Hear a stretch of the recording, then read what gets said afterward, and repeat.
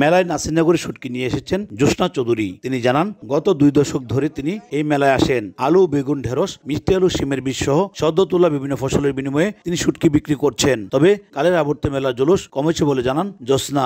আগে বেশি ব্যস্ত এমন কিছু বেচা বইয়া রয়েছি আর আয় না মানুষ।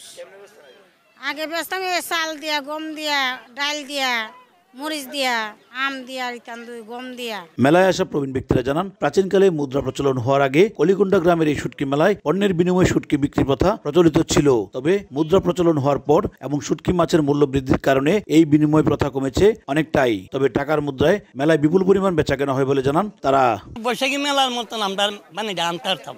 এরা তো আইটি হয়ে আগে না বলে বানের কিনা বিহ নাই সময় ওই তারে হারে কিনে তোরে ওই এই ফ্যাসটা লাগছে ধরেন না আর কোনো ব্যাপার না করে বানিয়ে লেগে আমরা খুবই আনন্দিত বানিয়ে আইলে। আগে বসে আছি না, একটা দিয়ে আটটা নিত আগের মেছে। এখন কি আছে? এখন তো ওই আম সাম বদলা বুদ্ধি করে এই লড়া আছে। আর মেলাটা একদিনে 2 দিন হচ্ছে। মেলায় আসা বিক্রেতারা জানান, চট্টগ্রাম, সিলেট, ঢাকা, কুমিল্লা, কিশোরগঞ্জ ও সুনামগঞ্জ থেকে দেশীয় ও সামুদ্রিক মাছের শুটকি এনেছেন তারা। বেচাকেনা বেশ ভালো। অপরদিকে ভোজন রসিক ক্রেতারা এই মেলায় এসে পছন্দের শুটকি পেয়ে অনেকটাই খুশি।